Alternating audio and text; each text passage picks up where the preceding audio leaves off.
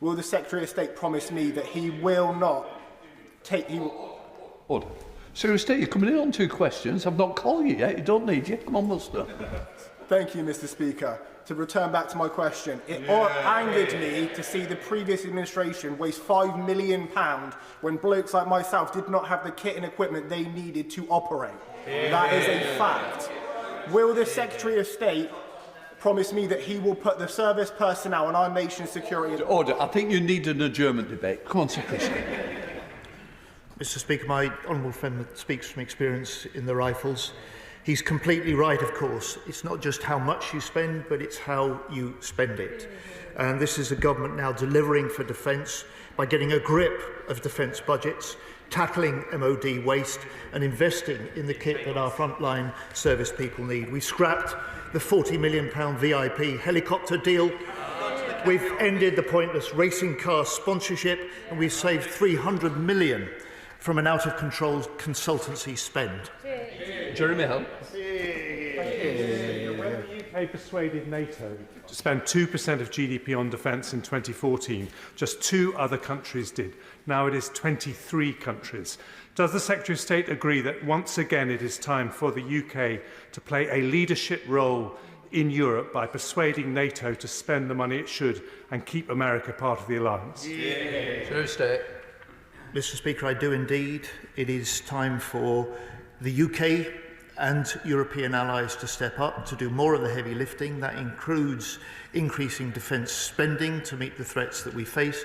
It includes, as I've discussed with the new Defence Secretary in the US, boosting also our defence industry on both sides of the Atlantic.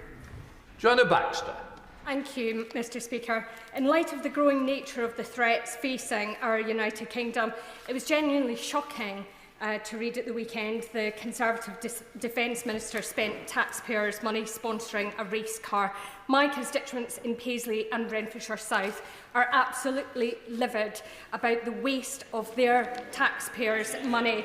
Can the Secretary of State reassure my constituents that he will continue his action to root out wasteful spending in every aspect of the MOD? Secretary of State. I can indeed, Mr. Speaker. We have to get a grip of out-of-control defence waste, out-of-control defence budgets, and I'm pleased to have been able now to put an end to that pointless racing car deal. It delivered free race day tickets, MOD-sponsored branded mudflaps, instead of the kit that our frontline troops need. And of course the Minister responsible for that deal was the Shadow Defence Secretary. He agreed the contract. He told this House it was a brilliant partnership. Shadow Secretary of State, James. Thank you, Mr. Speaker. Now, this being defence, you will know, sir, the importance of secure communication. So before I put on record my question, can I say whether we should be grateful or concerned that prior to defence orals, my MPs were sent all of the Ministry of Defence's answers to our oral questions in advance. So we've been forewarned. You've shocked me.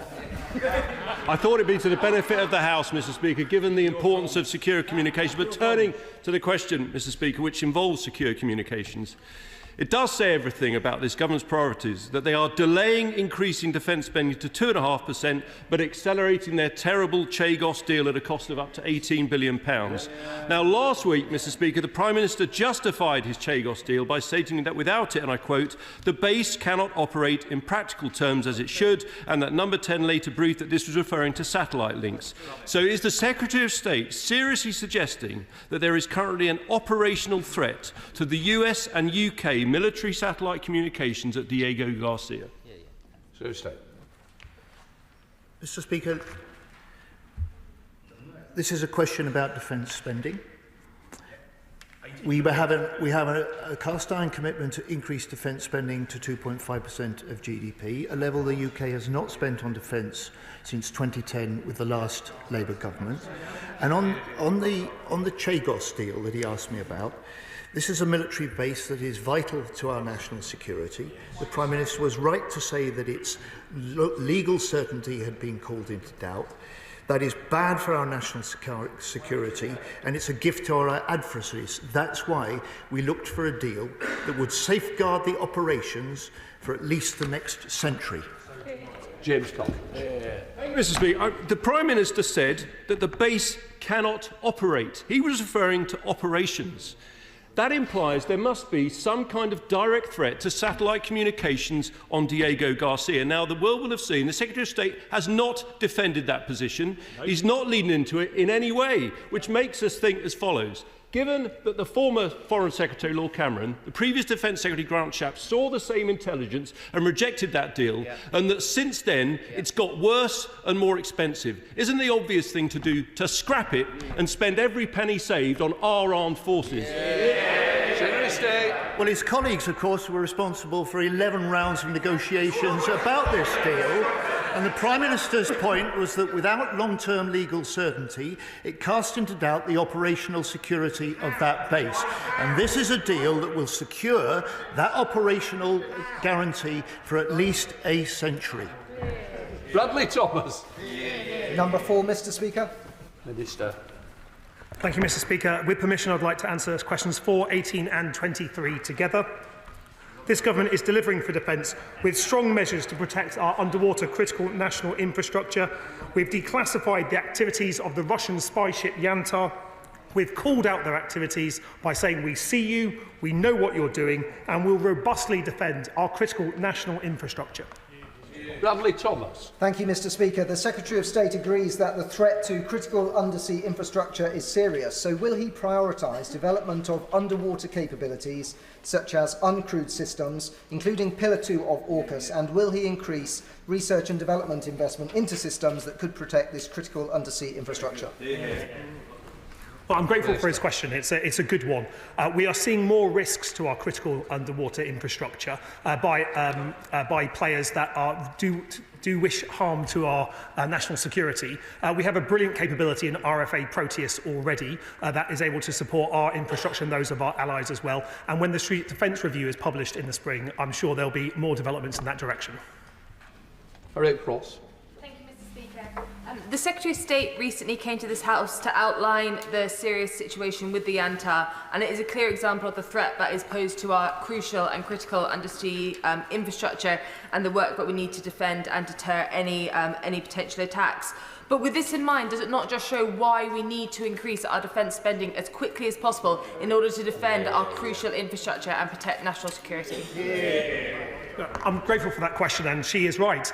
We are increasing our defence spending. In the budget, we increased defence spending by £3 billion, and in the spring, we'll be setting out a path after the publication of the Strategic Defence Review to spend 2.5% of our GDP on defence. Thank you, Mr. Speaker. Our undersea cables are critical to the economy, public services and the functioning of social order in this country. Given hostile activity surveilling our cables, can ministers give assurances that the full needs of our Navy will be reflected in the Strategic Defence Review so that we can defend our homeland security? Minister. Well, can I thank the young member for his question? And as a Navy brat myself, Mr. Speaker, and someone who represents a naval constituency, it is something that's the foremost of my mind. But let me say it's not just the Royal Navy that defends our critical national infrastructure. In the case of the Yantar, it was the RAF, the Royal Fleet Auxiliary and the Royal Navy, as well as a joint integrated operation of all our forces working together to defend our interests. And anyone threatening our infrastructure should be in no doubt that the UK possesses formidable capabilities to defend it, and we will. Johnny Reid.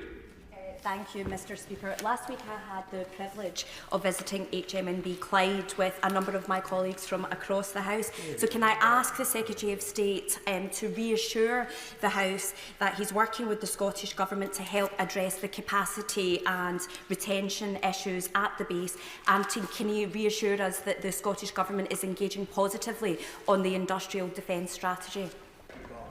Minister.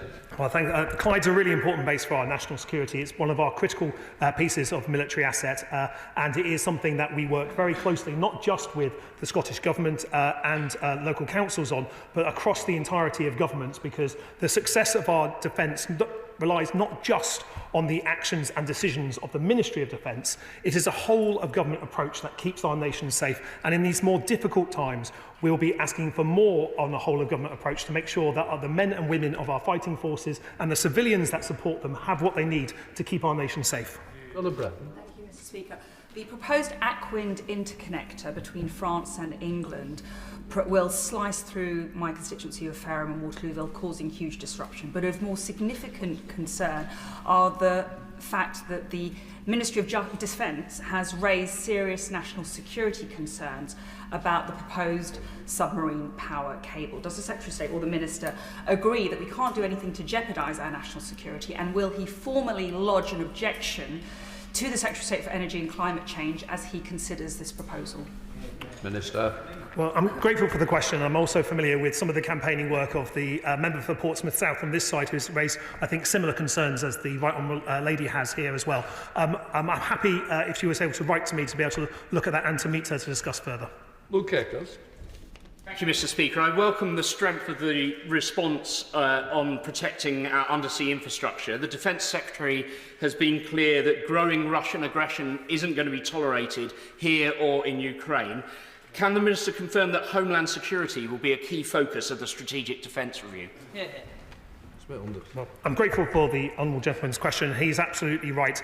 We live in more difficult and uncertain times with increasing risks to UK homeland security as well. That is an evolution from some of the strategic assessments that were carried out in previous reviews. It's for that reason that the Strategic Defence Review is not only looking at how we support our NATO allies with a NATO-first approach, but how we invest in capabilities to make sure that we are looking after the UK homeland. And, Mr. Speaker, the UK homeland includes our overseas territories as well. We've stretched it well, haven't we? So let's go to Tom Tugendhat. Question 5, Mr. Speaker. With permission, Mr. Speaker, I'd like to answer question 5 and 10 together. And I'd like to thank the honourable member for what is a really important question. You have my absolute assurance that if anyone dies in service, from training all the way through to combat and operations, they will absolutely be exempt from inheritance tax provisions.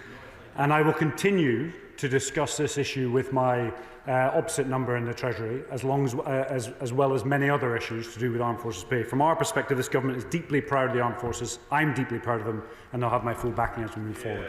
Tom Tugendhat. May I first of all place on record my full congratulations to the honourable and gallant member for his recent award of the New Year's honours. It was a fantastic achievement for somebody with whom I have the greatest admiration, and we've served together in numerous fields in the past.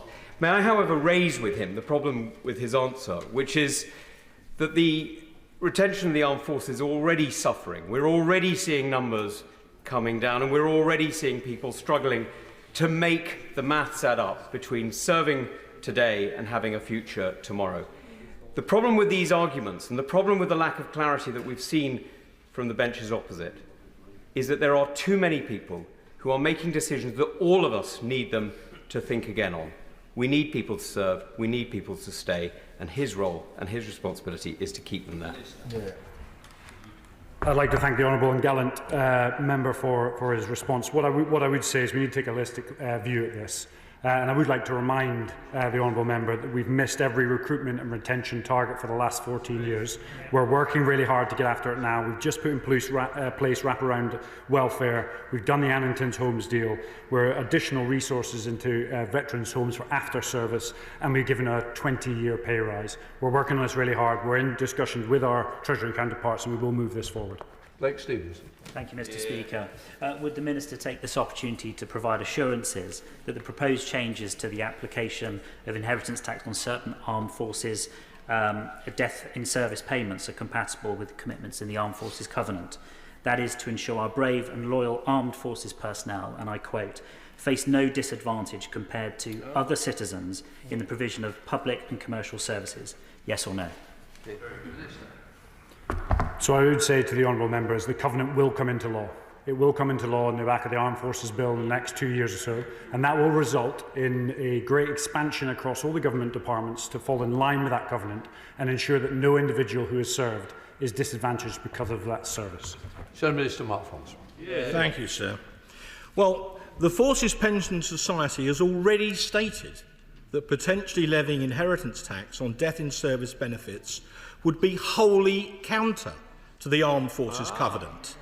And on these benches, we wholly agree. The HMRC consultation on this proposal closed on the 22nd of January.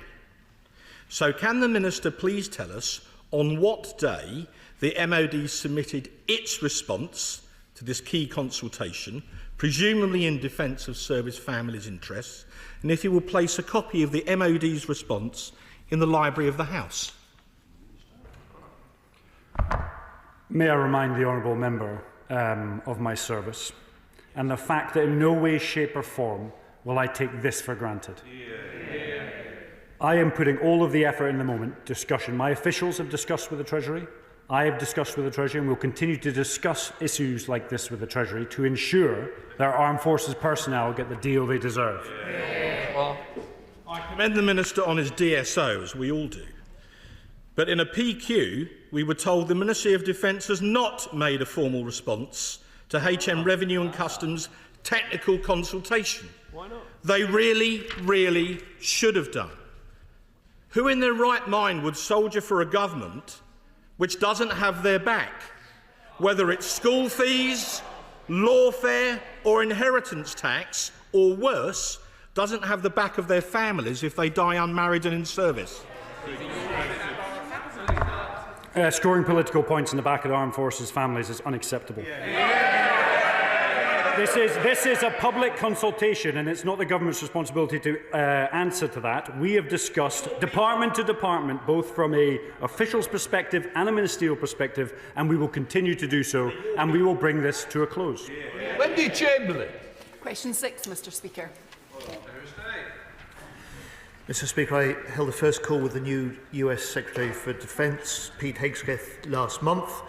We discussed the importance of all NATO allies doing more, including on defence spending. I look forward to meeting Secretary Hegseth this week at NATO Defence Ministers. Wendy Chamberlain. Thank you, Mr. Speaker. Members of this House have raised concerns regarding the impact of both the new US administration and the continuing Russian aggression in relation to Ukraine. Can the Secretary of State assure me that he will be using the upcoming Munich Security Conference to determine with allies the best way of ensuring Ukraine's victory? Secretary of State. I can indeed, Mr. Speaker, and I welcome the fact, and I think she will do, that the new US Defence Secretary is spending his third full week in office in Europe. He's made clear that he wants to discuss how to strengthen alliances, how to expand our defence industries on both sides of the Atlantic, and how to boost allied defence spending, including on Ukraine, which is what we all agree. Chris MacDonald, you are standing. Thank you very much, Mr. Speaker. I welcome that answer from the Secretary of State, and in the face of wider Russian aggression, I wonder if he could expand a bit more on what conversations he's already had with his counterparts in NATO around how NATO can respond appropriately to the threat from Russia. I can indeed, Mr. Speaker. Everyone in NATO and every one of the European allies within NATO are ready and are stepping up on Euro-Atlantic security. I will have the privilege on Wednesday this week of chairing the Ukraine Defence Contact Group, a 50-nation strong group in which we coordinate the support that Ukraine needs, because we must stay with Ukraine for as long as it takes. Sir Ian Duncan-Smith. Number 7. Mr. Speaker, the government has committed to maintain £3 billion in military aid to Ukraine this year, next year, and each year for as long as it takes. Mr. Speaker, I came back from Ukraine a week and a half ago, and I was very close to the front, talked to many of the military commanders there, and they made it very clear to me that they were desperately short of artillery pieces, 155mm, and most importantly munitions, where they could hardly respond back to the Russians. And as I understand it, also cram defence missiles, which are desperately needed to protect their energy sites and their civilian flats and houses. Now, I know this hardware has been promised by many European nations and, of course, the USA. So the issue really here, and I must say, Mr. Speaker, when you're up near that close to them, you realise how desperate it is there. So in the light of this delay, will the government commit the UK, at least as far as humanly possible, to provide the sort of weaponry that they can to help alleviate that problem, but also mostly by pushing our allies to do what they promised to do, because what I heard, without that, they're running the risk of losing this war. Well, Mr. Speaker, I welcome the fact the Right Honourable Gentleman went to Ukraine, was there, I know, with my honourable friend from Macclesfield, and I look forward to meeting them both to discuss the detail of what they saw later this month. Can I say that from the second day in this job, when I was in Odessa with President Zelensky, I made the commitment that the UK would step up support for Ukraine and speed up support for Ukraine, which is exactly what we've done. That will be part of the discussions that we have with other nations at the meeting that I will chair on Wednesday, and I'm sure it will also be part of the discussions that we have at NATO on Thursday as well. Phil Crichton. Thank you, Mr. Speaker. And I, along with others across the House, welcome this £3 billion commitment to Ukraine this year, next year and the year after. But there are things we can do at home as well, Mr. Speaker. For example, this weekend I hope to host a reception for Ukraine refugees in my own constituency, a Valentine's for Ukraine that we can send from all of us to all of them and all of the Ukrainians who are finding refuge in our country just now. Mr. Speaker, can I pay tribute to my honourable friend and the action that he's taken in his constituency? The UK has a proud unity on Ukraine, a proud welcome for Ukrainians under the Homes for Ukraine since day one of Putin's illegal full-scale invasion. And as my honourable friend says, nearly 3 years now into this conflict, and certainly on Valentine's Day, it's a useful marker to recognise that warmth of welcome from the UK people, and also the struggle and the fight that the Ukrainian people, both military and civilian alike, are waging for their freedom and their future. Mr. Speaker. Thank you, Mr. Speaker. With permission, I'd like to answer 8, 20 and 24 together. This government is delivering for defence by addressing the deep retention and recruitment crisis we inherited from the Conservatives. Last week, I announced more detail on a brand new fast-track cyber entry to boost UK cyber defence, bolstering our capabilities in response to these growing threats and address a global shortage of cyber talent. I also announced the award of a new contract for the new Tri-Service Armed Forces Recruiting Service. David Taylor.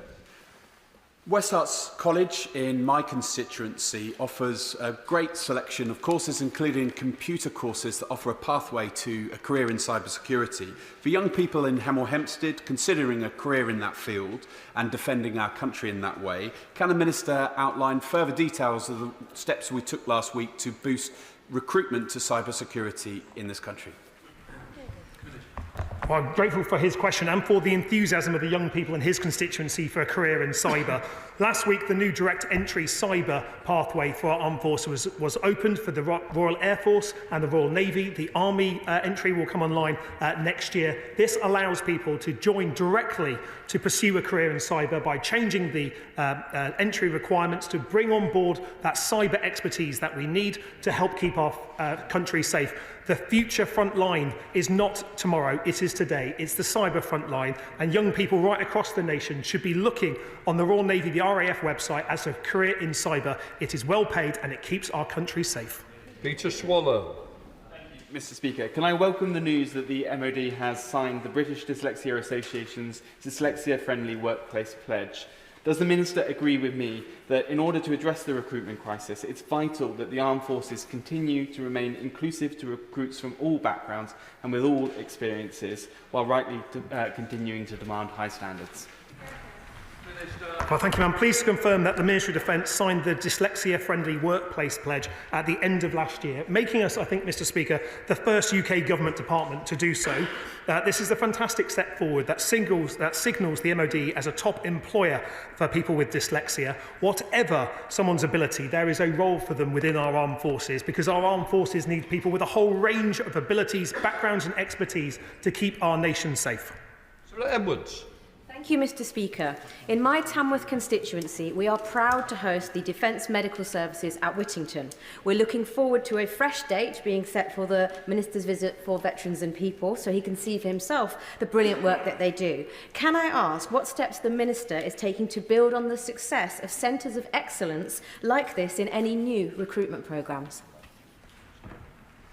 Well, thank the Honourable Lady for her question. It's absolutely vital that we seek to invest in defence medical services, especially as we live in more difficult and contested times where we may be needing to use the expertise of not only defence medical services but our National Health Service right across the UK to support a war-fighting effort. I know the Minister for Veterans and People is looking forward to visiting Whittington later this year, and I hope that when the Strategic Defence Review comes out, she'll be able to see the path to investment and support that we're offering defence medical services as we look towards creating a whole of society approach to our defence. So David Davis. Mr Speaker, soldiers will be leaving the army, not being recruited, if we continue to allow the persecution of soldiers who served in Northern Ireland. Last week's coroner's report into the Coal Island shootings was 51 pages of fact and 8 pages of naive speculation, which led right into the IRA's attempt to rewrite the history of Northern Ireland. So I'd like to hear from the Secretary of State how, without the Northern Ireland legacy legislation, he's going to prevent this. If he fails, what should be a process of peace and reconciliation will turn into a vindictive, vengeful pursuit of men whose only sin was to serve their country with honour, heroism, skill, and in the most terrifying conditions. And if we can't, then all the recruiting efforts will fail. Can I thank the right honourable gentleman for his question, and I can assure him that his passion is felt on these benches as well. As a ministerial team, we want to support all our veterans, and the issue that he raised is difficult for me to comment on as it's subject to ongoing legal matters, and he'll appreciate it's hard for a government minister to comment in such circumstances. But let me reassure him... Order. Just to reassure the Minister, there is no legal restrictions on it. Okay, it's not the courts. It's only a coroner, Minister. Thank you, Mr Speaker. I'm grateful for that question nonetheless. The Ministry of Defence is continuing our conversations with the Northern Ireland Office. That is, of course, the lead department when it comes to matters of this regard. But we will continue to support our veterans and continue the conversations with the Northern Ireland Veterans Commissioner as to how we can support veterans in Northern Ireland in particular. Jim McAllister. Thank you. Following on that, does the Minister accept that recruitment is bound to be disincentivised by a finding 30 years on that people who did their duty, who encountered armed IRA terrorists on murderous active service and protected the public as a consequence, if they then find themselves 30 years later vilified by the coroner's service? How can that be right? And what steps will this government take to protect our armed forces, not just now, but going into the future, including what happened in the past? Thank you. Well, I'm grateful for the honourable gentleman's question in relation to this. It is a matter that this department has discussed today with the Northern Ireland Office. It is a Northern Ireland Office lead, so it is an area where we'll be working with them closely on that. There's announcements that have already been made by the Secretary of State for Northern Ireland in relation to this, but let me reassure him that a career in the armed forces is a brilliant career for anyone looking at it, and this government will continue to support those people who serve and those people who have served to make sure they get all the support they need to be able to defend our country in service and to benefit from that service after they've left uniform. Jim Shannon. Mr Speaker, and further to the points made by right honourable and honourable members, if we're going to have recruitment, then we need to have protection. If we're going to have protection, then we want to make sure that the disgraceful scenes of this week where SAS killed 4 IRA men returning from the bombing and a shooting attack in a police station trying to kill, when they were confronted by those killers, murderers, terrorists, scum that they are, armed to the teeth with a machine gun that could fire 500 rounds per minute and AK-47, is it not right that our soldiers should be protected? They were confronted by the enemy. Then enemy were never going to surrender, and they got their just desserts. Well, thank the honourable gentleman for his question, and I can reassure him that we share the same passion on these benches that all veterans get the support that they need. It is an aspect that we'll be continuing to discuss with our Northern Ireland Office colleagues who take the lead on this matter, but I'd like to encourage him to continue to raise questions, because it is important that we support all our veterans, no matter where they served across the United Kingdom, and that is a matter that the Secretary of State and myself, as well as the Minister of Veterans, will continue to discuss with colleagues across government. Liberal Democrat spokesperson Helen Maguire. Thank you, Mr. Speaker. If we want to strengthen our armed forces, we must fix the recruitment delays. Now, one young recruit that I know, Jimmy, he applied in September 2023 but won't start until January 2025. And this is largely due to medical record hold-ups and poor communication. Now, I welcome the aim for applicants to receive a decision within 10 days and a training start date within 30 days, but how will Serco deliver this in practice? And what safeguards will be in place to ensure that recruits get clear, timely responses and aren't lost in the system? Thank you. Well, the honourable lady is exactly right that we do need to speed up the recruitment process. We inherited a situation, Mr. Speaker, where it takes on average over 250 days from the point of application to turning up at your training establishment, often without any understanding about how long that will take. That's why the Secretary of State's introduced the 1030 policy, and a provisional offer within 10 days of starting, a provisional start date within 30 days of application, and we are doing that to reduce the time of flight, including working cross-government to improve the speed of access to medical records. There'll be further announcements in due course, but we are making progress on that, but there's a lot more to do to fix the damage of the recruitment process run by the last government. Best checked. Question number 9, Mr. Speaker. Thank you, Mr. Speaker. The Afghan resettlement programme is a cross-government delivery programme which will bring existing resettlement schemes into one single pipeline.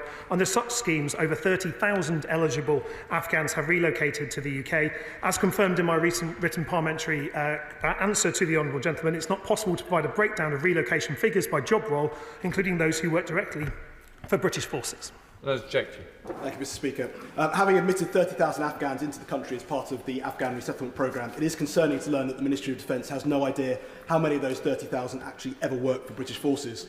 The government's own figures estimate that the total number of local Afghans employed by British forces during Op Herrick to be around 7,000, only 2,850 of which worked as interpreters and translators on the front line, a fraction of the 30,000. If the MOD doesn't know why they're eligible to be let into the country, the MOD presumably also doesn't know who they are or what they've been doing in Afghanistan over the last decade. So can the Minister confirm that the Afghan resettlement programme hasn't been exploited by criminal, terrorist or hostile state influence? Well, can I thank him not just for that question, but for his ongoing interest in this area? Those people who served alongside our forces in Afghanistan, we owe them a debt of gratitude, a programme started by the last government and one that this government is proud to continue. Everyone who is brought to the UK to safety from the Taliban under the Afghan schemes has been vetted in relation to that. There's a variety of roles that cover support to our armed forces in relation to our UK mission in Afghanistan, but I can reassure him that this is an area that I pay close attention to, and if he would like to meet to discuss this further, to deepen his interest and to be able to help him in his inquiries, I'm very happy doing so. Dr. L. Pinkerton. Thank you, Mr. Speaker. Question number 11. Thank you, Mr. Speaker. So why do we support more diverse military? Well, it's really simple. It makes us better, it makes us think differently, and importantly, it represents a society that we're trying to protect. And since coming into government, we've launched our Raising the Standards programme. We're seeking to make defence the most attractive employer for all walks of society. What I would say, Mr. Speaker, and I'll be unequivocally clear, is that the underlying principle as to why we pursue a more diverse military, why we pursue better welfare, why we pursue better housing, why we pursue better kit and equipment, is quite simply to ensure that we call upon our men and women to do their job, they can close with the enemy and win. Phil Pinkerton. Thank you, Mr. Speaker. In 2019, the Wigston Review identified that serving personnel from ethnic minority backgrounds are subject to higher levels of harassment and bullying than their white British counterparts. Given the recent success of the Atherton Review that has cast light on the structural challenges faced by women in the armed forces, and also given now that the British Army has 16% of its workforce coming from ethnic minority groups, I wonder if the ministerial team think it might be time to have an Atherton-style review independent of the MOD into the challenges faced by ethnic minority groups in order to ensure and enhance recruitment, retention and promotional opportunities. Thank you. I'd like to thank the Honourable Member for useful comments. What I would say is we've launched our Raising Our Standards programme to take the standards from where they were to increase them, to make defence the most inclusive and indeed the most rewarding for any parts of society to join. HCDC will obviously hold us to account on some of that, and also when the Covenant comes into place we'll also cover certain elements of it as well. So thank you for the question. Alan Maguire, Liberal Democrat spokesperson. Thank you, Mr. Speaker.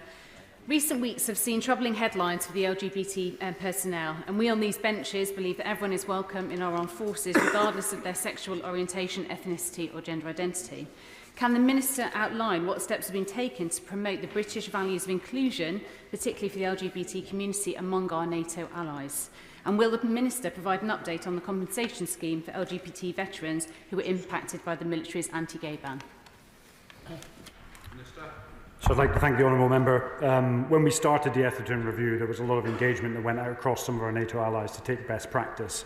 And now that we've launched it, we're also making sure people can understand the successes and perhaps some of the improvements as that programme progresses.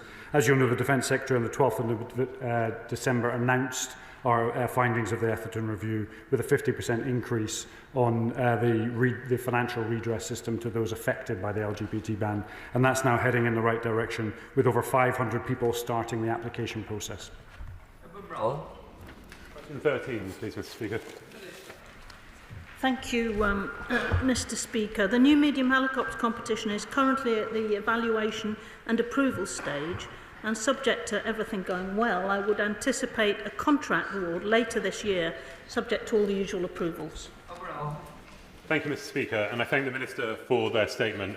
A significant number of my constituents contribute to the defence sector, whether through apprenticeships, graduate roles or skilled employment. Many are schooled in West Dorset and now work in the surrounding areas, including firms like Leonardo in my neighbouring constituency of Yeovil. What assurances can the Minister give that contracts like the new medium helicopter are awarded quickly so that the futures of the many apprentices, try saying that, and employees in the defence sector are protected? Well, the honourable gentleman is right. Some of these programmes can take a long time to get to contract. In fact, this programme experienced delays in securing outline business case approval under the previous government. I'm hoping that we can get it to the end of the line as swiftly as possible in accordance with the current process, and hopefully that some of his constituents will benefit from having work to do on that new programme. Question number 14, Mr. Speaker. Thank you, Mr. Speaker. We inherited a retention and recruitment crisis, and that means addressing it across all different cohorts. Increasing female representation benefits our warfighting and readiness, but we still have some way to go from where she and I would like this to be. Latest figures from October 24 show 11.9% female representation in the regular forces and 15.9%, Mr. Speaker, in the reserves. Mr. Speaker, a balanced workforce in the armed forces is good for British defence, but women still face a raft of challenges, making it harder to attract and retain female talent. So what steps is the Minister taking to accelerate progress towards the Women in Defence Charter ambition of 30%? And could he outline the steps he is taking to make the armed forces a better workplace for women? Well, thank you for a question. It's a really important topic and one that really does matter. Implementing the recommendations of the Atherton Review, raising the standards, as the Minister for Veterans and People has spoken about, will benefit everyone in the armed forces, but in particular women. We need to improve culture and behaviour and focus on women's health and well-being, with new policies being brought forward to be able to address that. And we're also standing up more work on calling out crimes and behaviour that is unacceptable in our armed forces. Because, Mr. Speaker, everyone should have a place in our armed forces, because defending our country is a whole of society approach where we need to not neglect any part of society. Question number 15, Mr. Speaker. I'd like to thank the Honourable Member for her question and reassure her that I work closely with my Northern Ireland, Welsh and Scottish Commissioners.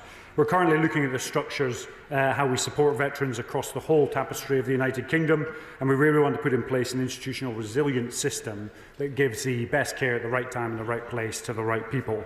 And that's primarily working with thousands of charities collaboratively and coherently to ensure we can get best bang for buck from all of the amazing volunteers and charitable services out there. So there's a bigger review going on. It's on hold at the moment, and we'll let you know more in due course. Thank you, Mr. Speaker. I'm proud that in my constituency of South Northamptonshire, that hosts the largest armed force gathering of its kind in the UK. The National Transition event at Silverstone on the 24th of February, now in its 6th year, is run by charities Mission Motorsport and Mission Community, recognising, demonstrating and celebrating the value of our veterans and armed forces community. As the Secretary of State develops a veterans strategy, are community-led approaches such as this part of the department's thinking, and how might we support organisations such as these in their work? Absolutely, and I just travelled to the northeast of England and hit 3 different councils looking at different ways in which they deal with the veterans issue. I'm really looking forward to the launch events, which will have a variety of different race cars. I just hope I don't get to see the mud flaps when I'm there. Right, let us move on to topicals. Graham Down. Number 1, please, Mr. Speaker. Mr. Speaker, on behalf of us all, can I wish good luck to our UK team in Canada for the Invictus Games. This week I'll have the privilege of chairing the 50-nation Ukraine Defence Contact Group. I'll also attend the meeting of NATO Defence Ministers, then the Munich Security Conference. 2025, Mr. Speaker, is the critical year for the war in Ukraine. The world is watching, and it is imperative that all allies now step up their support. I'm proud of the UK's continued unity and leadership on Ukraine, and this year the UK will be providing £4.5 billion in military aid, more than ever before. Mr. Speaker, our commitment is absolute. We will strengthen Ukraine on the battlefield and at any negotiating table. I'm grateful, and I know I continue to have the support of all sides of this House. Together we will stand with the people of Ukraine for as long as it takes. Mr. Speaker, US Navy officials have reported increased Russian and Chinese patrols in the High North. Last week, the Danish Navy announced plans to acquire 3 new Arctic patrol ships, and March will see one of the largest exercised joint Viking operations in NATO's history. With these concerns in mind, can the Secretary of State confirm which UK assets will be involved in joint Viking this year, and what plans he has to update the 2022 policy paper on the UK's defence contribution in the High North? My honourable friend is right about the High North. We will continue to maintain a strong defence profile and posture, and for the exercise Joint Viking, both the Royal Navy and the Royal Fleet Auxiliary will be taking part. Shadow Secretary of State James Cottridge. Thank you, Mr. Speaker. And surely one of the most important lessons from the war in Ukraine for our own military base is the urgent need to fire up the defence industry and increase its capacity. Yet today, Mr. Speaker, we learned from ADS that British defence manufacturers will be hit with a £600 million tax rise this Parliament from higher national insurance. Why are they prioritising higher taxes on defence instead of higher defence spending? On the contrary, Mr. Speaker, we're backing British industry. We're looking for our firms that can design, invent and make in Britain. A big change from the industrial policy we saw under the previous government. It was why I was in Derby recently, able to announce a 8-year contract for Rolls-Royce that will support over 1,000 apprentices, 200 apprentices each year, and thousands of small businesses in supply chains across the country. James Cottridge. I know all about the unity deal because, as the Honourable Lady, the Defence Procurement Minister, said, I negotiated it, Mr. Speaker. But extraordinary complacency on tax from the Secretary of State. Mr. Speaker, they're not just taxing the defence industry, they're taxing defence people's children and their education. They're taxing death in service payments. The fact is the defence sector is under attack from all sides, Mr. Speaker. The question is this how they're going to pay for their Chagos deal? Mr. Speaker, for the Rolls-Royce contract, we stepped up and accelerated the negotiations to conclude that deal, and I was able to announce it the other week in Rolls-Royce to the apprentices and to the management there. We are a government that is putting nearly £3 billion this year extra into defence, that recognises, as everybody does, that we must increase defence spending, and we will return UK defence spending, including directing it first and foremost to our British industry, to a level we have not seen in this country since Labour was last in government in 2010. Laura Kirksmith. Mr Speaker. This week is National Apprenticeships Week, and I know from my constituents in Aylesbury that these are a vital and successful route into the workplace.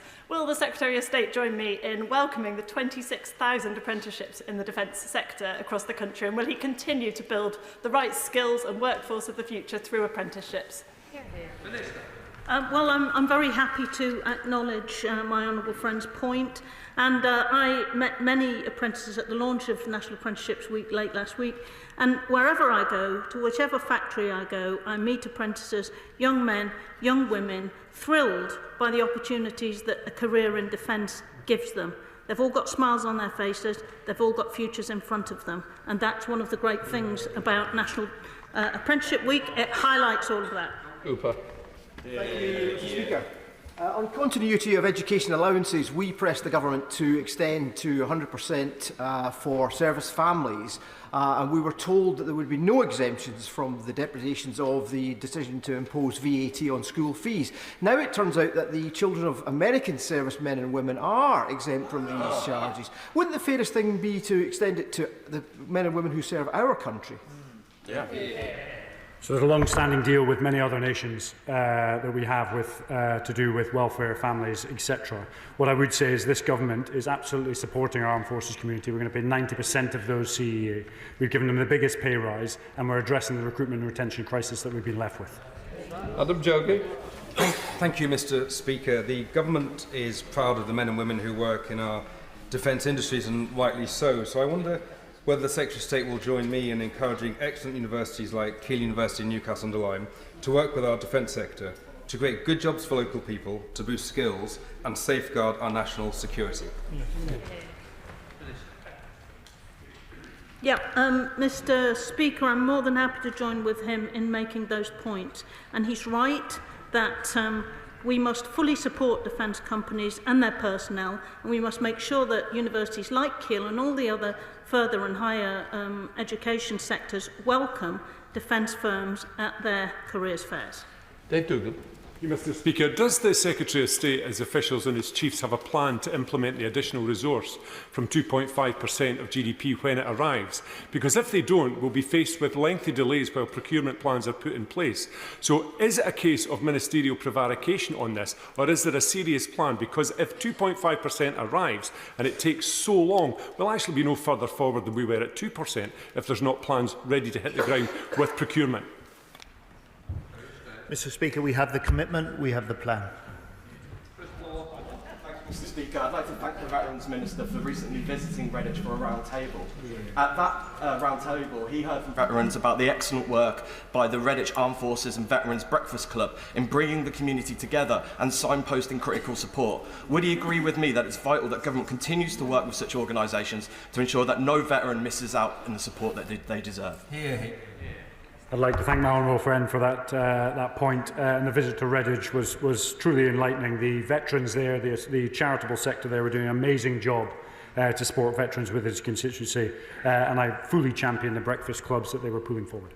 Clive James. Thank you very much, Mr Speaker. The United Kingdom has a strong defence industry worth £36 billion in exports, important to companies in my constituency, Wokingham, like Collins Aerospace, Momentum and Chess Dynamics. The government's commitment to strengthening UK-EU relations is especially welcome in this sector.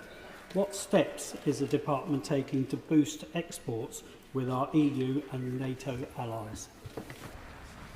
Mr Speaker, we are setting out to reset relations with key European allies. We've said that we will look to cooperate more closely with the European Union where it's in British interests and we can add to the defence and security arrangements for Europe as a whole. We have struck some important deep bilateral new agreements like the Trinity House agreement with Germany, and we have to see our British industry not just as producing the kit that our forces need, but as an essential part of our deterrence alongside allies that deters aggression. Thank you, Mr Speaker. Last month I hosted the annual dinner for former service people in my constituency and met scores of people who served our country proudly and bravely, like Councillor Clive Morgan.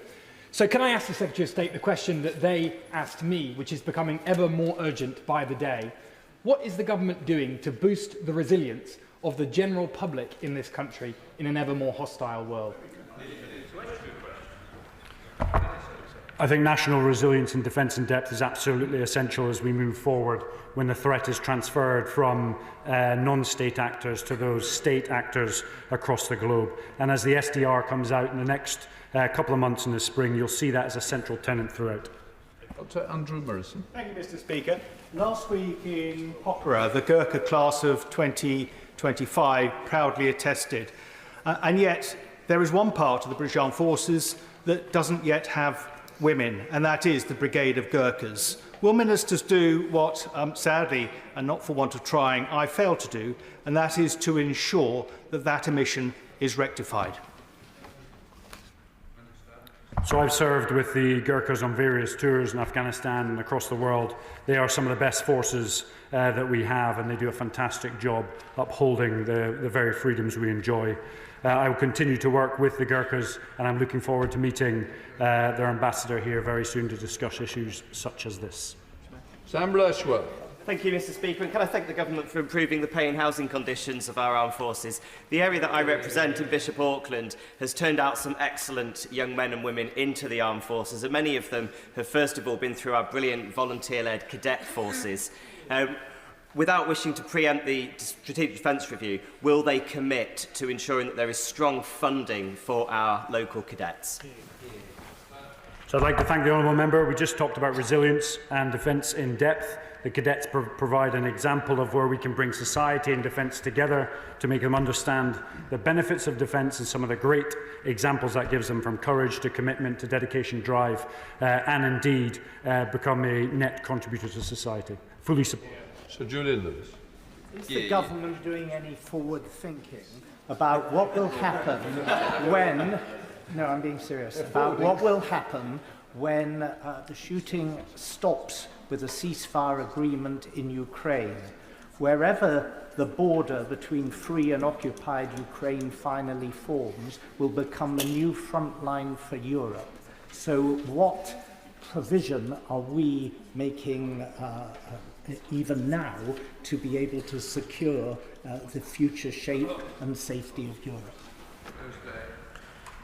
Despite the titters on his own side, the Right Honourable Gentleman makes a really important point.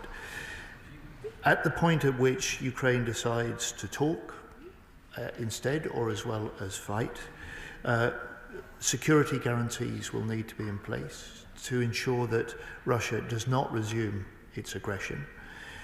The NATO allies have made, back in Washington last year, a commitment that Ukraine is on an irreversible path to NATO membership. But there will be a period where during the talks, just in the fight, they will require our support, and we're giving that detailed discussion now. Thank you, Mr. Speaker. On Thursday, my honourable and gallant friend, the Veterans Minister, came to my constituency for an important discussion on veteran mental health. Can I ask him for his reflections on that discussion and what actions he will be taking moving forward? Well, first of all, I'd like to thank my honourable friend for hosting what was a fantastic get-together with veterans, bereaved families, and also the charitable sector. I learned a huge amount from the visit. I looked again at how councils are delivering support of veterans, which I can contrast and compare with other visits, and will come out with a plan in due course. Gavin Robinson. Thank you very much, Mr. Speaker. The Secretary of State will have heard the exchanges earlier about the grave injustice and the slur that was delivered upon SAS personnel following the incidents in Clonau in the judgment of the coroner last week. Can I ask the Secretary of State to take this opportunity to indicate not only to the House but to service personnel and the nation that he, as Defence Secretary, supports those who bravely served in Northern Ireland and stood in the precipice between peace and tyranny? Mr. Speaker, I'm glad to accept the Right Honourable Gentleman's invitation to do just that, and it beholds us all to remember that those who served in our forces in Northern Ireland were part of a campaign that led to more deaths of UK security personnel in Northern Ireland than in Afghanistan. They deserve and they will have our fullest support. Kevin Bonnevet.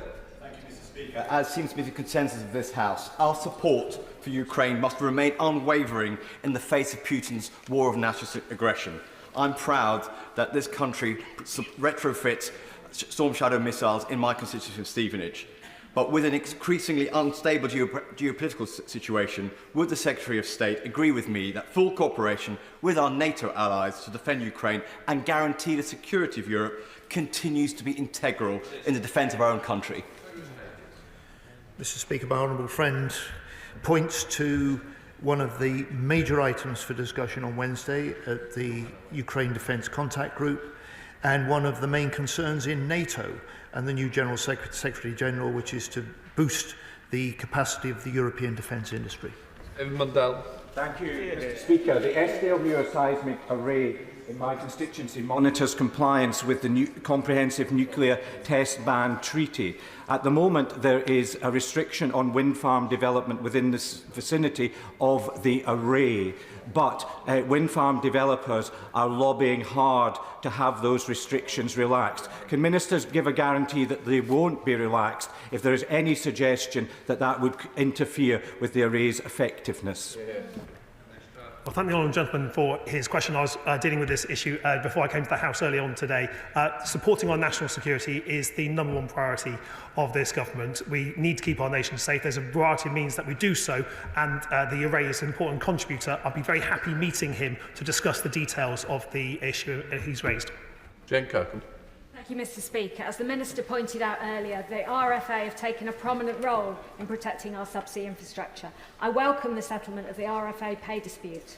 Will this help the Minister tackle the recruitment and retention crisis that saw numbers of RFA seafarers fall by 30% under the last government? Well, can I thank the honourable lady for her question? It is absolutely vital that we value the Royal Fleet Auxiliary, something that we have done with settling the pay dispute and being very clear that there is a bright future for seafarers in the Royal Fleet Auxiliary. Their work on RFA with RFA Proteus or the Yantar is an exceptional work, but each and every single day the RFA seafarers are supporting our Royal Navy on global operations. They have our support as a ministerial team, and I'm sure they have the support of both sides of this House. Matthews. Russians using drones to drop CS gas into the trenches of the Donbass, and Avon Protection in my constituency ready to manufacture the residue of the 300,000 gas masks that Ukraine requested. Will the government put an order in as soon as possible, please? Thank you.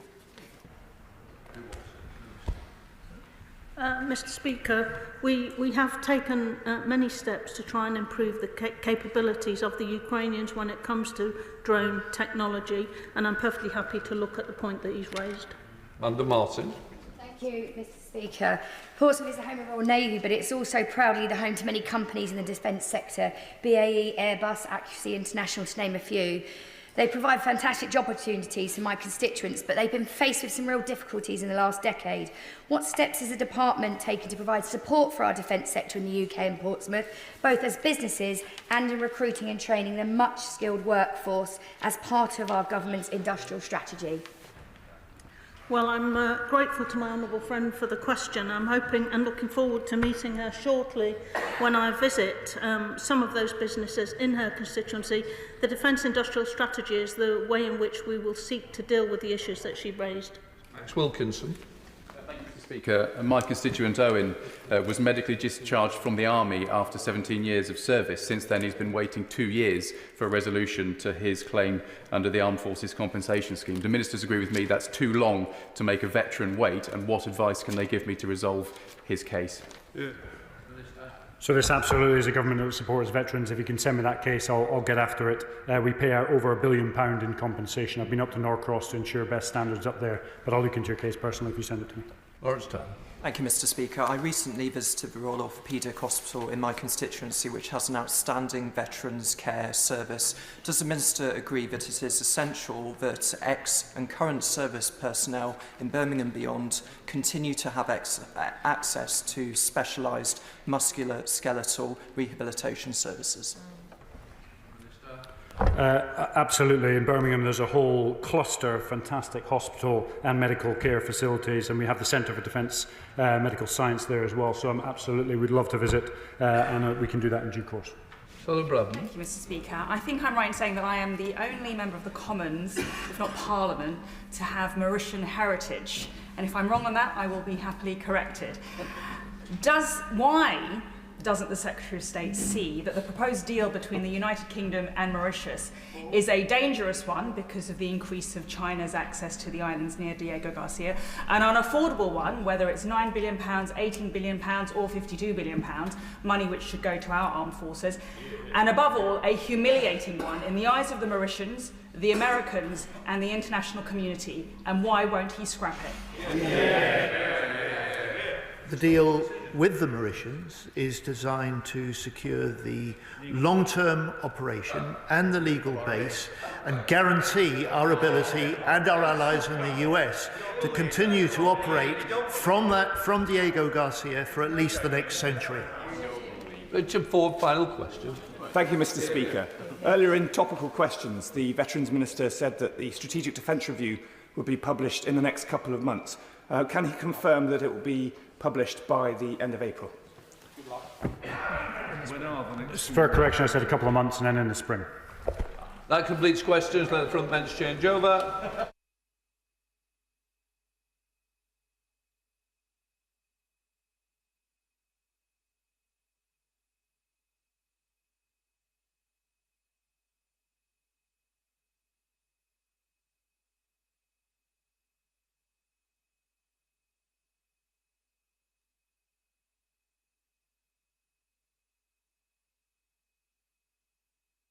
Right, we now come to the urgent question.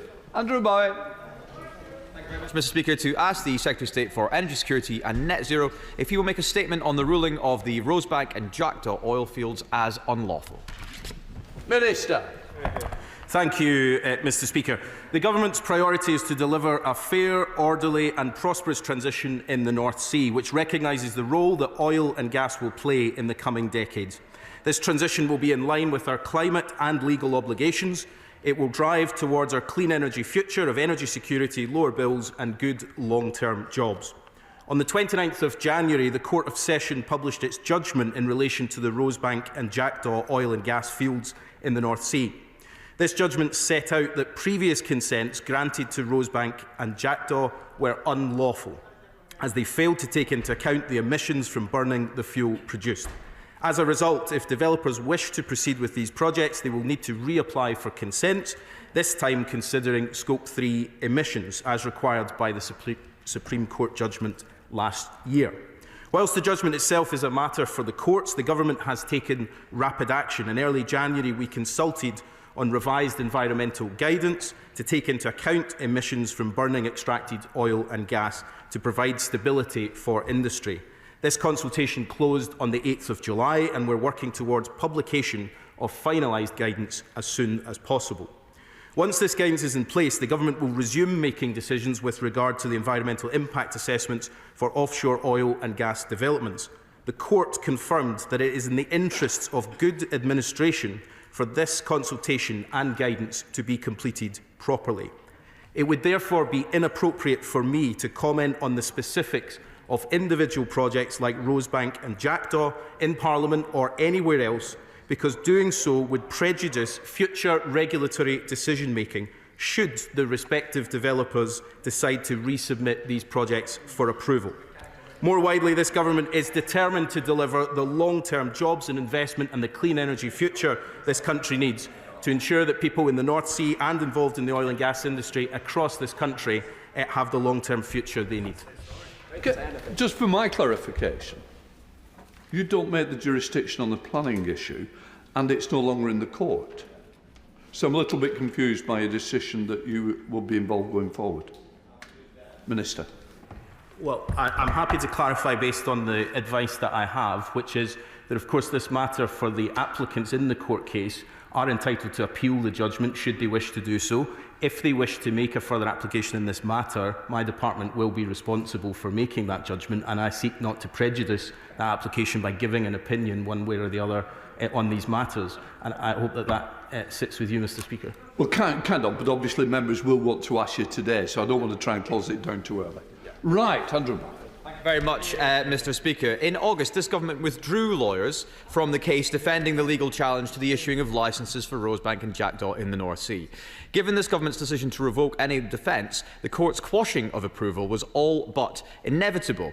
It is deeply disappointing and yet unsurprising that this government, driven by the zealotry that it is happy to put billions of pounds of investment and thousands of jobs at risk just because it doesn't align with Just Stop Oil's vision of the future. It demonstrates that this government is not willing to stand up for businesses or workers. The party opposite seem to misunderstand this simple point.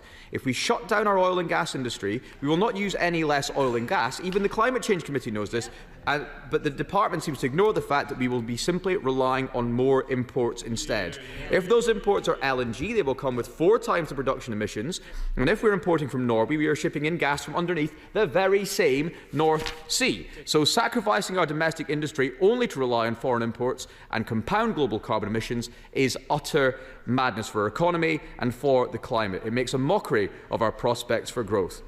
And it will cost the Treasury £12 billion in lost revenue. And to put that into perspective, Mr. Speaker, that's 8.5 years' worth of winter fuel payments. And last week, the developers of Rosebank, Equinor, announced that they are slashing their offshore wind investment. So does the Minister appreciate that the self-harm inflicted on the North Sea is damaging investment in other offshore renewables industries too? And this could be wrecking our path forward. The government is utterly confused. A Chancellor and a Secretary of State completely out of touch with the public, obviously, but apparently also with each other. It's no surprise that the Secretary of State is prepared to sacrifice growth, investment and energy security for his ideological obsession. So can I ask the Minister for clarity? And this is a very important point. Will the department treat the new applications, if they are resubmitted, as existing applications or new applications, given that they have a ban on all new licences moving forward? Will the government back growth and back British workers when the decision reaches his department? And who does he think will win this argument outright, the Secretary of State or the Chancellor of the Exchequer? Minister. Well, I thank the Shadow Minister for his response, although I'm not sure it's entirely constructive in the conversation that we're having here. He knows as well as anyone that this is a live process and that the companies involved in these 2 projects have the right to apply in the future. And it would be wrong for me to, in the House of Commons or anywhere else, prejudice those applications. I'll come to his question in a moment. Prejudice those applications by stating an opinion. But of course, what he failed to mention in his questions was how we got to this place we are at the moment. The Court of Session clearly outlined in their judgment that the previous Secretary of State made a decision which was unlawful. And so once again, this Labour government is having to clear up a mess created by the previous Conservative government. And unlike them, we are going to follow due process. And so we will follow the process that I outlined in my first answer, which is to clearly say we consulted on what the future of the consenting process will look like in light of the Supreme Court's judgment, something that he would have had to have done if he was still in this job, because we had to respond to the Supreme Court's judgment. And if he's telling us now that, in fact, he and government would have ignored the judgment of the Supreme Court, then that is a particularly interesting perspective to take. On his specific point, we were very clear during the election that our position is no new licences to explore new fields. These 2 projects, of course, are already in existing licensed fields. The question for the courts to decide was the consent for these individual new projects, and that is the process that we will now take forward if these companies should wish to resubmit their applications. The question in the broader sense about the future of the North Sea isn't going to be about 1 or 2 individual projects, but the reality that the North Sea is a declining basin and that the long-term future does not rest in oil and gas, as important as oil and gas will continue to be for many, many years to come. And what we've sought to do as a government is kickstart what the economic future will look like beyond oil and gas, recognising it's a declining basin, recognising the importance of new technologies like carbon capture, hydrogen, and investing in things like the Clean Industry Bonus that will deliver jobs in Aberdeen. There's only one party that's serious about working out what the transition looks like and what comes next to safeguard jobs in his constituency and across the North East, and it's not the party opposite. Chair of the Select Committee, Bill Estes. Thank you, Mr. Speaker. Can I thank my honourable friend for confirming the government's commitment to supporting the production of existing North Sea oil and gas fields, and for confirming the desire to partner closely with industry and with workers on the transition away from fossil fuels. But does he agree with me that the workers and the communities that rely on the North Sea would be in a much stronger position if we'd not witnessed over the last decade a chaotic mismanagement of the decline in the basin that he just referred to, and indeed the failure to plan for a loss of 70,000 jobs in that decade alone? Well, I think the chair of the Select Committee makes a really important point, which is to recognise that the idea that a transition has not already been underway is to bury your head in the sand and pretend that everything will just carry on as it was. The reality is that in the past decade, a third of the oil and gas workforce, as my honourable friend said, 70,000 workers have already lost their job. This transition is underway. We are determined to make sure that that transition leads to a future in the North Sea energy sector that's, yes, oil and gas for many, many years to come, but that we build now the industries of the future so that there isn't a gap. The alternative is to do what the previous party did, which is pretend the transition's not underway and then somehow deal with the shock that comes when inevitably oil and gas in the North Sea declines to the point where workers are not protected in those jobs. We're determined to build what comes next and to protect good, well-paid jobs in the North Sea for many decades to come. Liberal Democrat spokesperson Pete Hegseth. Thank you, Mr. Speaker. The decisions we make in the next decade on energy will make or break the planet, and this is key also for the Jackdaw and Rosebank oil fields. Should the proposed developers apply for a new development consent, this ruling now gives the government the opportunity to take a rational and science-based approach, to make a decision on the future of the field based upon what is best for the planet, the people of Britain and the UK's international leadership. Approving these oil fields, contrary to what is being said by the honourable member, will not protect UK workers. Despite promises of jobs, not a single UK design or construction role has been created. Instead, this work is being outsourced to Dubai. Business leaders agree a fair transition away from oil and gas will boost our economy, create jobs and attract investment. The Liberal Democrats oppose the oil fields at Jackdaw and Rosebank. Instead of pouring money into an energy source that is not consistent with our climate commitments, then we should be calling on the government to invest in renewables, an ambitious green energy strategy and one that lowers costs, creates jobs and secures our future. What assessments will the Minister make on our climate commitments? Well, for the reason that I've outlined in previous answers, I'm not going to give a specific commentary on these two projects, but I will take the broader point that the Honourable Lady makes, which is that we have to have, in any applications in the future of the North Sea, a recognition of what the Supreme Court ruled, which is that the end-use emissions, the Scope 3 emissions, it must be taken into account in any application. And so what we consulted on at the start of this year and what we received a significant number of responses to, which we're now working through, is how do people wishing to apply for consents for extracting hydrocarbons from the continental shelf comply with the Supreme Court's judgment of taking into account those Scope 3 emissions. And so an environmental assessment of that will be absolutely necessary. That's not a decision that we've made from a political point of view. It's one that was required by the Supreme Court. We're going to follow the law of this land, as I would have expected any government to make, but apparently not the party opposite, and we'll put in place a robust system to make sure that applications are judged fairly on their merits when they come before us. Thank you, Mr. Speaker, and can I thank the Minister for his statement, constrained as it is by the legal situation. And can I also say what a cheek the member for West Aberdeenshire and Kincardineshire has coming to the House pretending to be a hero and protector of the oil industry when 70,000 jobs, as the member for Sefton Central pointed out, have been lost on his government's watch. Absolutely. But on the point at issue and on this necessary transition from carbon to renewables, there must be a balance. It's not an either-or. We've been in the North Sea for 2 generations, and we'll be there for 2 generations more as we wind down the basin. Politics is often about symbols, and the renewed consents for Rosebank and Jackdaw, if they come, offer an opportunity to reassure workers in this industry that when we plan for a fair and just transition from the old to the new, that they will not be left behind. Well, can I thank my honourable friend for the question, and I think the tone of it is incredibly important for us to remember, which is that there are many thousands of extremely talented, skilled, experienced workers in this industry who I have had a great privilege of meeting over the past 7 months in this role. And what we have to do is make sure that we build an industry that is resilient to what the future looks like. Now, some of that will be for many decades to come.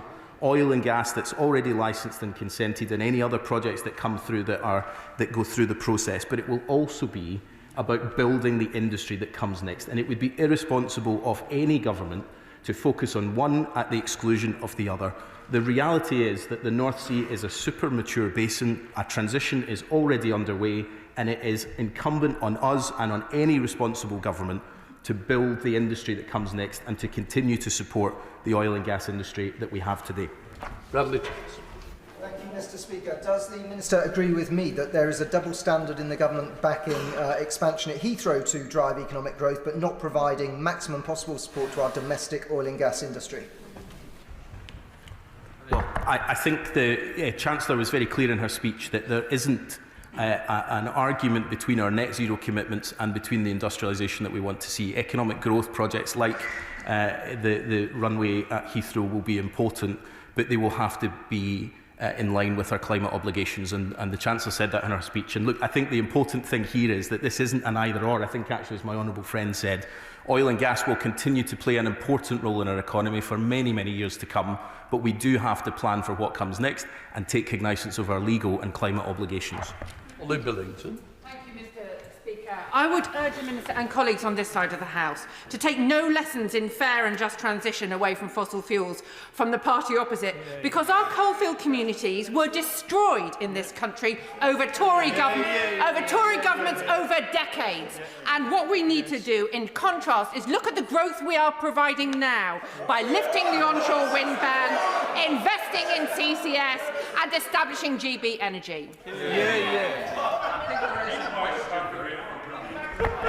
I'll find a question, Mr. Speaker. Of course, I think my honourable friend's point is right, that we have seen transitions in key industries in our history that have left workers high and dry. Instead of recognising a transition is underway and supporting that workforce into what comes next, the coal industry devastated large parts of my constituency in Lanarkshire and across England and Wales, and continues to have consequences for generations now. We're determined that doesn't happen in the North Sea, but that requires us to plan the transition and to put the transition into place now, not to bury our heads in the sand and pretend everything is fine. Dave Dugan. Thank you, Mr. Speaker.